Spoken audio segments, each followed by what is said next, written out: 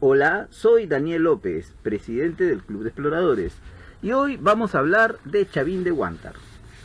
Chavín de Huántar es un monumento arqueológico ubicado en el distrito de Chavín de Huántar, provincia de Huari, departamento de Ancash, en Perú, declarado como Patrimonio de la Humanidad en 1985. Se ubica a 462 kilómetros al noroeste de Lima y a 86 kilómetros de Huaraz. Tiene una elevación de 3.177 metros sobre el nivel del mar, en la Sierra Oriental de Ancash, al este de la Cordillera Blanca. Para ir a Chavín desde Huaraz, tenemos que ir hasta Recuay y luego a Catac pasando por Ticapampa. Vamos a ir hacia el este y pasamos por la laguna Querococha. La laguna Querococha es una masa de agua de origen glaciar ubicada en la Cordillera Blanca, en la región de Ancash, en Perú. Siempre la vemos con un color celeste muy hermoso, queñuales alrededor. Está situada a 57 kilómetros al suroeste de la ciudad de Huaraz, a una altitud de 3.972 metros sobre el nivel del mar. La laguna Querococha se ubica en la cuenca del Llanamarey, dentro de la quebrada del mismo nombre en el Parque Nacional Huascarán, en los distritos de Ticapampa y Catac, dentro de la provincia de Recuay. Querococha se encuentra en el lado oeste de la Cordillera Blanca, al suroeste de las montañas glaciares Llanamarey y Pocarrajo, y al noroeste de los nevados Mururrajo y Quexque, y al este de la ciudad de Recuay. La laguna Querococha se abastece de la lluvia de los glaciares de la cuenca del Llanamarey. Sin embargo, existe una conjunción de actores con intereses particulares que, junto con la topografía del lugar, están creando una escasez de agua. Los cambios en el clima siguen siendo más visibles en esta zona por el retroceso de los glaciares. Actualmente, desde la orilla de la laguna Querococha se puede apreciar la montaña Pucarrajo, que antes era un nevado, cubierta solo eventualmente con nieve, y con su color rojo característico, así como el Llanamarey con su lengua de nieve a unas horas de caminata de Querococha. Vamos a continuar ascendiendo por esta carretera hasta la altura de 4.516 metros, en que llegamos al túnel de Cahuich. Este es un túnel de alta montaña. Es uno de los túneles más altos del mundo. A su vez, se considera el más largo del Perú. El túnel está ubicado dentro del Parque Nacional Huascarán, como parte de la carretera AN-110, entre Huaraz y Chavín. El túnel está ubicado en el punto más alto de la carretera principal. Se abrió en 1939 y se mejoró en el 2007. El túnel tiene 483 metros de largo, 483.67 metros de largo. No hay un camino sobre la cresta del cerro, o sea, si el túnel se cierra por nevadas, ya no se puede cruzar. Detrás del túnel, ya cruzando hacia el lado de Chavín, hay una hermosa estatua de Cristo que mira hacia el valle. Esto ya corresponde a el callejón de Conchucos. Desde ahí continuamos ya hacia Chavín de Huántar. Podemos entrar primero al monumento, aunque lo normal es que vayamos primero a la ciudad. Seguramente en algunos casos nos vamos a instalar, si es que nos vamos a quedar hasta el otro día, o entramos primero al museo y después entramos al monumento. Bueno, vamos a hablar primero de Chavín y después del museo. El distrito de Chavín de Huántar es uno de los 16 que integran la provincia peruana de Huari, ubicada en el departamento de Ancash, bajo la administración del gobierno regional de Ancash, en el Perú. Limita por el norte con el distrito de Huántar, por el sur con el distrito de Aquia, provincia de Bolognesi, por el este con el distrito de San Marcos y por el oeste con el distrito de Olleros, provincia de Huaraz, y con los distritos de Ticapampa y Catac, en la provincia de Recuay. Se ubica entre los 77 grados 16 minutos 11 segundos de longitud oeste y 8 grados 58 minutos y 15 segundos de latitud sur en el callejón de Conchucos, en la zona centro-oriental del departamento de Ancash, a los pies de la Cordillera Blanca, en la provincia de Huari. Tiene una altitud de 2.900 metros sobre el nivel del mar en su parte más baja y 6.370 metros sobre el nivel del mar en su parte más alta. Está además en una quebrada a orillas de los ríos Mosna y Huachexa, afluentes del Marañón, y entre los 4 miradores que son Huacoc, Pococ, Huitpún, Huántar, Patac. Museo Nacional de Chavín. El Museo Nacional de Chavín se inauguró el 18 de julio de 2008. Cuenta con 13 salas de exposición permanente y 2 destinadas a exposiciones temporales. Su implementación surge de la necesidad de generar las condiciones técnicas, ambientales y expositivas para garantizar la adecuada investigación, conservación y preservación del importante legado cultural. El diseño arquitectónico se inspira en la tradición Chavín y se ejecutó con el decidido apoyo del gobierno de Japón. Reúne una gran diversidad de bienes de la cultura Chavín, una de las más complejas e importantes del Perú prehispánico y provenientes en su mayoría del monumento arqueológico Chavín. Los fondos museográficos están conformados por diversos bienes culturales de fina cerámica, las famosas cabezas clavas cuyas esculturas ornamentaban los templos principales. Los pututos o trompetas provenientes de la Galería de las Caracolas es uno de los museos nacionales más importantes del país y cumple un activo rol en la difusión del patrimonio cultural, material e inmaterial de la región, con estrecha colaboración y participación de la comunidad local. Parte de los bienes que se custodian en este museo provienen de las excavaciones iniciadas por Julio César Tello. También se exhibe aquí una maqueta de la zona monumental. En una sala se encuentra el Obelisco Tello, escultura emblemática. Atiende de martes a domingo de 9 de la mañana a 5 de la tarde. Se ubica en prolongación Avenida 17 de Enero Norte sin número, es decir, hacia el final prácticamente del pueblo de Chavín, a 1 kilómetro de distancia desde el museo. Los datos de contacto, bueno, Museo Nacional de Chavín, @cultura.gov.p, y se le puede ubicar en Facebook e Instagram como Museo Nacional Chavín. Ahora sí, hablemos un poco del monumento arqueológico de Chavín y de la cultura Chavín.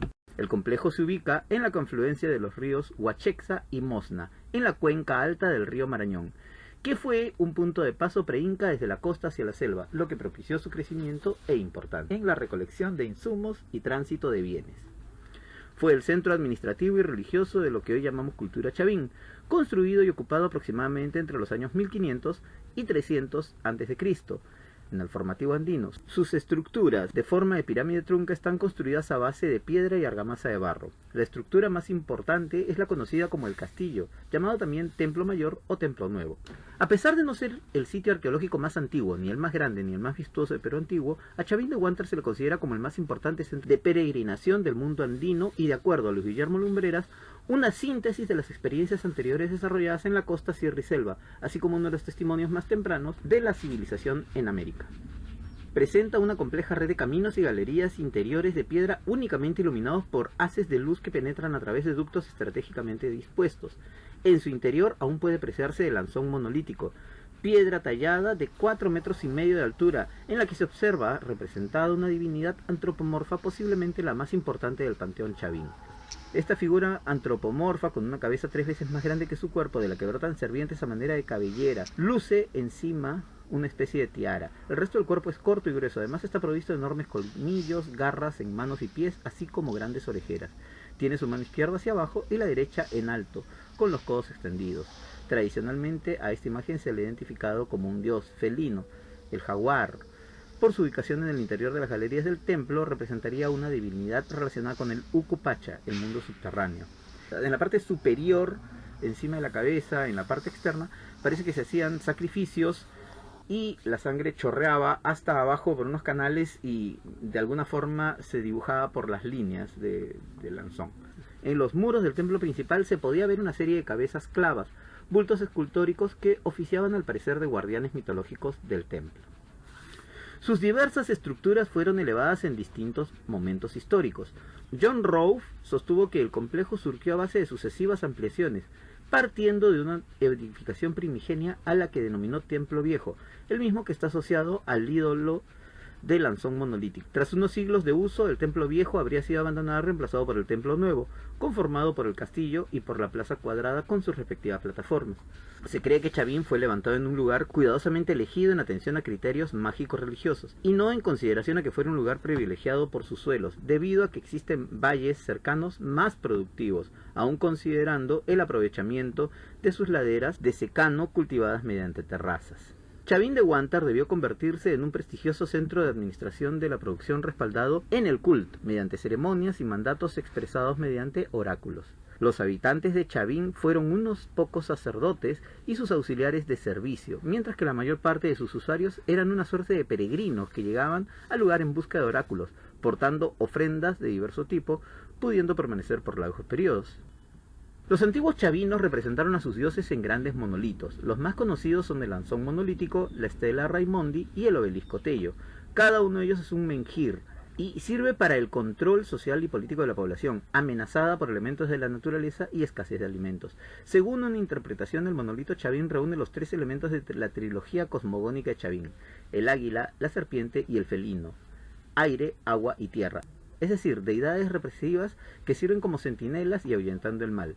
Así, aire, agua y tierra confirman una armonía permanente con el cosmos que se trasluce en todo el legado de Chavín. La huanca, una huanca es una piedra divina, digamos así. La huanca más conocida es el emblemático lanzón monolítico del que ya hemos hablado. Comparado con otras iconografías contemporáneas y posteriores, Federico Kaufmann-Doig sostiene que la divinidad representada en los monolitos de Chavim es básicamente un híbrido, mitad hombre con boca tigrada y mitad ave de rapiña, al cual ha denominado Piscorruna Pumapacimi, del quechua hombre-ave con boca tigrada. Esta deidad estaría relacionada con el culto al agua y la fertilidad, de tanta importancia en las civilizaciones agrícolas del Perú antiguo. Un gran enigma son los innumerables acueductos y caídas de agua que existen en el lugar, creados mediante un sistema de compuertas, y de esta forma generan un efecto acústico que se asemejaba al rugido de un felino. El estudioso Tiberio Petro León sostenía que se trataba de un mecanismo de generación acústica similar a un mantra, con la finalidad de inducir diferentes estados en la mente, a su vez estimulados con la ingestión de la cocción del cactus San Pedro, Echinopsis pachanoi, que contiene mescalina, muy abundante en la zona. Se han encontrado restos de Muyu, Spondylus chacrisisquama, y en la iconografía aparece el cactus San Pedro y las vainas del árbol de Huilca, Anadenantera colubrina. Solo una parte de su arquitectura se ha preservado debido a su monumentalidad. El centro ceremonial tenía como núcleo el sector monumental. Las estructuras han sido construidas enteramente en piedra, muchas de ellas granito blanco, granodiorita, cuyas canteras se ubican en la vecindad del túnel de Cahuich, a más de 30 kilómetros de distancia. Los templos tienen una serie de plataformas con un fuerte talud en sus muros, con un perfil piramidal de 5 grados de inclinación. Fueron construidos por etapas, según lo ha determinado el arqueólogo Rove. Ojo, fueron construidos pero en forma planificada. Eso se comprueba porque los canales que producen estos efectos sonoros de los que ya se ha hablado están dentro de los templos y siguen funcionando dentro de los templos, y estos canales se tuvieron que hacer antes que los templos. O sea, toda la estructura y toda la escenografía que presentan los templos fue planeada de antemano con siglos de anticipación.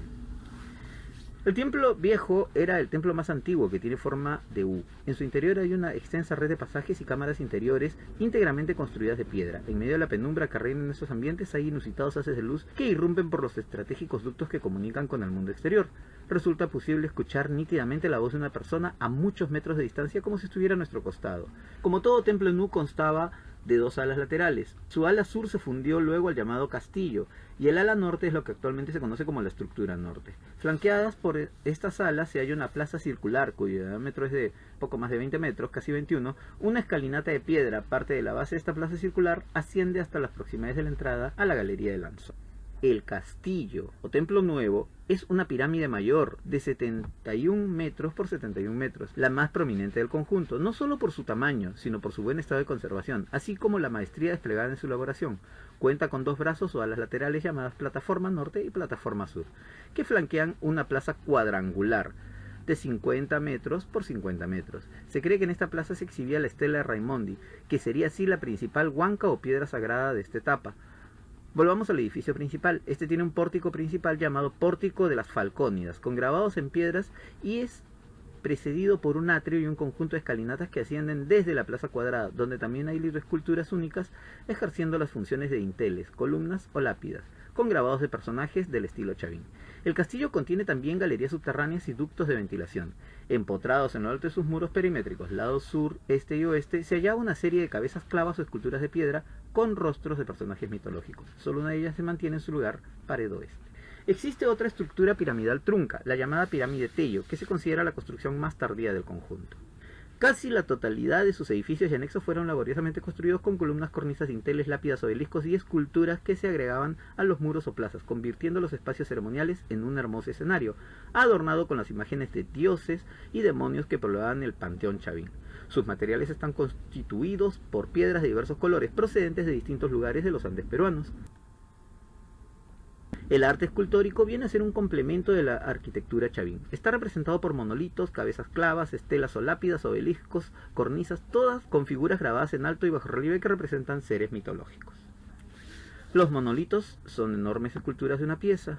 El exponente máximo es el lanzón monolítico, del que ya hemos hablado. Hablemos un poquito del Stella Raimondi, llamada así en honor al cebo italiano que lo descubrió en 1872, mide casi 2 metros de longitud, 0,74 metros de ancho y 0,17 metros de espesor. Se distingue por su complicado dibujo y su fino tallado, representando un dios antropomorfo con facciones, garras y colmillos de felino, que empuña en sus manos 2 báculos o cetros. Se considera que puede ser el mismo que se representa en diferentes partes, en diferentes culturas del Perú, desde la cultura caral hasta la cultura wari e incluso inca, al que llaman todos el dios de los báculos, y que podría representar a Huiracocha en la iconografía inca. Las cornisas son esculturas más pequeñas que las anteriores y posiblemente formaban parte de las lápidas. Un ejemplo es el llamado Cóndor de Chavín, que fue hallado incompleto por Tello. Está trabajado en granito y presenta forma irregular. Mide 80 centímetros por 45 centímetros. Los obeliscos son esculturas de forma de prisma. El más representativo de ellos es el llamado obelisco Tello. Mide 2 metros 52 centímetros de alto, 32 centímetros de ancho en la base. Se halla esculpido en alto, bajo y plano relieves, representando a 2 deidades míticas o en todo caso un dios doble, hermafrodita, masculino y femenino. Se ven también divinidades secundarias y diversos alimentos, yuca, calabaza, chira, diestramente representados. Las cabezas clavas son una serie de esculturas hechas en 3D, en bulto, y que representan cabezas de felinos, serpientes y aves combinadas con rasgos humanos. Se considera que son personas transformándose en animales. Un poco es eso lo que se trataba de dar a entender con estas esculturas, y que de esta forma eran los guardianes del templo. Deben esta denominación de clavas al hecho de que terminan en una prolongación a modo de clavo que permitía encontrarlos fácilmente a distancias simétricas en la fachada del templo o castillo de Chavín. Estaban trabajadas en roca arenisca de diferente consistencia, cuarcita y granito.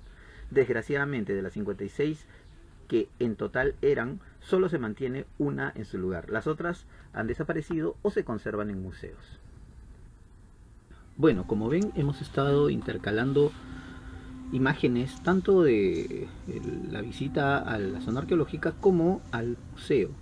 Y vamos a continuar ahora ya viendo algunas imágenes más del museo antes de terminar. Aquí hay una sala donde están las caracolas que se utilizaron como trompetas para producir sonidos que aterrarían seguramente o exacerbarían los sentidos de los peregrinos al templo Chavín. Y podemos apreciar también una representación de cómo podrían haber sido las ceremonias en esa época para poder recibir a los creyentes. Cuando se les daba a beber la mezcalina, se les soplaba en los polvos alucinógenos tocando las caracolas y después se les hacía ingresar al templo.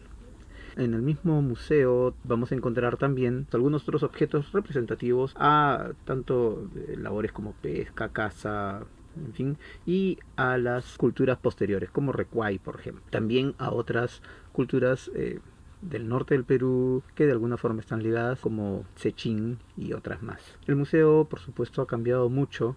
Estas salas, por ejemplo, ahora están muy iluminadas y en otras épocas estuvieron más bien muy oscurecidas.